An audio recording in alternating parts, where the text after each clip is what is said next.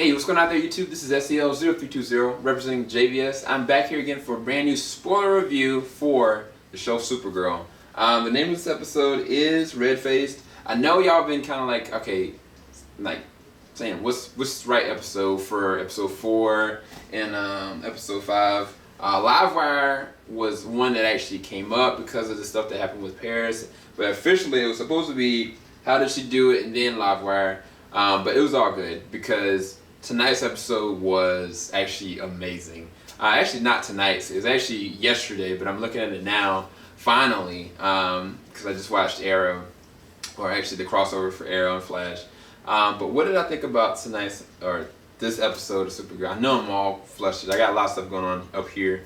I really liked the episode. To me, honestly, this might be the best episode this season. One reason only is the fact that they showed Supergirl in her most vulnerable state. And I'm not talking about kryptonite.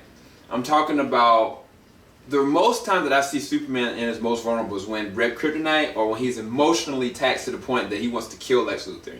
And Supergirl, or the girl that plays Supergirl, Melissa, she does an amazing job with her acting in this one, because the whole episode is just building and building and building. Even when she's having like violent outbursts, she's not able to contain her anger. Like, she blows up on Cat Grant. She blows up on a test that was going on with the Red Tornado android that General Lane, by the way, orchestrated, who he hates, quote-unquote, Kryptonians. And it was like, even like, she was just emotionally messed up. It was a lot of things that underneath all the covers was bothering her. But I just try to touch on the things that I really loved about this episode. One thing in point, Cat Grant and Supergirl, or Kara, their interactions this whole entire episode. I've said it since I think probably episode 2 that Cat Grant really helps Supergirl become the woman or the hero that she needs to be. And it's like, it's so weird because she's so rude, but every episode she gives her a piece of knowledge or inspiration or something to touch on that really encourages her to be what she's supposed to be. Like, Cat Grant said that she's exploiting Supergirl on the platform for her byline and everything like that. But it's not just that. Like, in this episode, she stood up for Kara in front of her mom. She told Kara, while basically Kara blew up on her face. Like, she's like, stop talking to me like this. I know you this, that, and that, and other. And she took her and she went and took her to the bar and tried to relate to her while getting drunk, I might add. She goes and encourages her, like, what you're dealing with is anger inside. You weren't mad at me. You're mad about something else, and you need to figure out what that is. Like, I was thinking to myself, this girl gonna fire her after all this? But no, even afterwards, she really stood up for Kara in front of her mom. And I thought that was one of the most awesome centerpieces of it. But not just that, like, seeing Kara go through the first part of the episode with messing up the android, which, by the way, that fight was pretty epic. Like, out in the desert, like, Red Tornado, the way that they did him, they did a great job for him.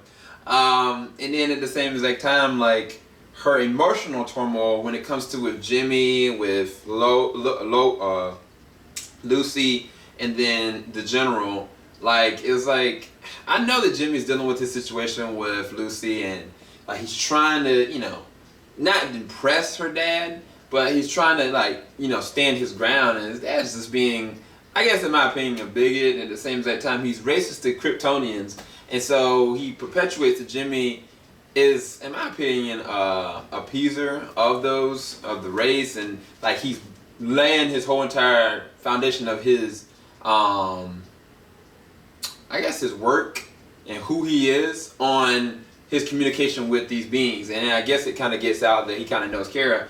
But either way, it's like, I don't know, the General was just so messed up for that. I mean, it was acted well, but I felt for Jimmy in most of this episode. Even there was a point where Kara and him, they try to go and deal with their anger with, like, he was hitting like a bag, and they said, like, whatever makes you mad, I'm gonna hit it. And then, like, Kara just randomly, she snaps again, because she starts talking about the fact that she was thinking about the fact that her parents are gone. Like, she lost her civilization. Like, she has not felt human. She's not felt this. And like, for the first time, I'm like, Jimmy, open your freaking eyes. This girl needs you. Like, what are you doing? You know what I'm saying? I mean, I'm not faulting the dude for getting back with his ex-girlfriend. That could happen to anybody. But the way that he's going about doing it is going to get both of these girls hurt, because it's obvious that she has feelings for him. And not just that, he still has lingering feelings for her. But it's like he's not making himself available to her in such a moment such as now, because he's concentrating on his relationship. And I think, honestly, the general is kind of right in the end what he said. Like, I hope at one point, Lucy, you understand that what you did is a mistake. Like, hopefully you understand it before something happens. And I think the mistake is that Jimmy is in love with Kara. And he might not want to admit it to himself, but I'm just like, dude, what are you doing? This is so stupid. I've been so pissed with Jimmy these past 3 episodes for him, like, making this whole relationship his front run. And I mean, I'm not faulting Lucy. Like, she's cool. Like, they mesh together. They got great chemistry. But it's like, Kara needs him. You know, I'm not saying Winn is not there, but it's like, I don't know, man. That's the only thing that I'm upset about. In this episode, Alex goes and tries to talk with Maxwell Lord to try to get him to help out with the situation when this android goes rogue, or when Supergirl makes him go haywire. And basically, at first he didn't help her, but then he did. I don't know if it was when she kind of told him about what happened to her parents, or what happened to her dad, or what, but it was really interesting things and dynamics that are going on. Not just that, Hank was found that he was the last person to keep in communication with Dr. Danvers, like Alex's father. I think that they both died. I think, honestly, both of them died, and what we have is something totally different. We've got this cyborg that's acting as though, you know, this man Hank. Why he went and stood up for Supergirl, I thought that was awesome. I don't know, you know, but either way, I think that that's the real key behind this. I think either one, they both died, or Hank died and then their dad is somewhere else. I really feel like the dad is not dead. I don't know why. That's just my gut feeling. But hands down, Melissa Botness, she does an amazing job in this episode. Like, she boils down her layers of just emotion with all different kinds of scenes with Cat, with Red Tornado, specifically the last part. When she was using her heat vision on his chest, I was thinking to myself, I was like, I don't know how she's going to beat this. Then all of a sudden, this girl just goes Super Saiyan. Like, I'm looking at the pulsing come out of her eyes as she's using full energy. And I'm like, she's using all of her anger, all her power, all at once. The dude evaporated. Like, I was like, guys, it was one of the most coolest scenes, but it wasn't just the fact that the visuals were good from her eyes perspective. It was acted well. Like, you could see the rage coming out of her performance. She didn't have to say a word. It was just done well. And I mean, that cemented it for me, one of her best episodes this season. So I give this one actually an 8.5 out of 10, if not a 9 out of 10. I actually really like this episode. I want to give it a 10. The only thing that's holding me back is the whole Jimmy situation, as well as there were certain corny things happening here or there, but everything on target with Cat Grant, with the situation going on with the anger of Supergirl, as well as the background stuff that's going on with each character. Even Lucy's kind of growing on me. I just know that it's not going to last. That's the only thing. And like, Jimmy just need to get up and go woosah something, because I don't know. Given the circumstances of this episode and her letting it all out, and then at the end, her getting cut, I was like, crap. She used too much energy. And so, I don't know if she needs to get underneath a that yellow sun thing that Hank had put her under.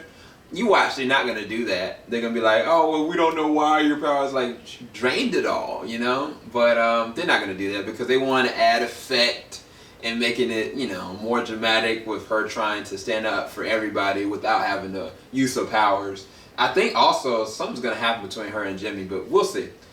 I'm just a shipper of Jimmy and Kara. That's probably the problem. But either way, I like this episode. It was really good. I gave it a 9 out of 10. And hopefully y'all enjoyed this spoiler-filled review of this brand new episode. What was the name of this episode, by the way? I think I said it. See, that's why I'm all over the place, y'all. Red-faced. Red Tornado, they did a great job with it. I hope to see him back in some form or shape. I don't know, the creator is kind of dead, so I don't know. We'll see what happens. Either way, thanks everybody for watching. This is SEL0320 representing JVS. Y'all have a blessed night, blessed evening, blessed day whenever y'all watch this. Peace!